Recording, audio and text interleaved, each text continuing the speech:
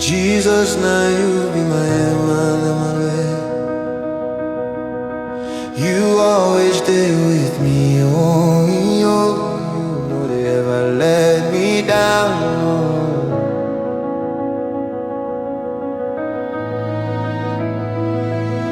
Emmanuel, now your name, oh,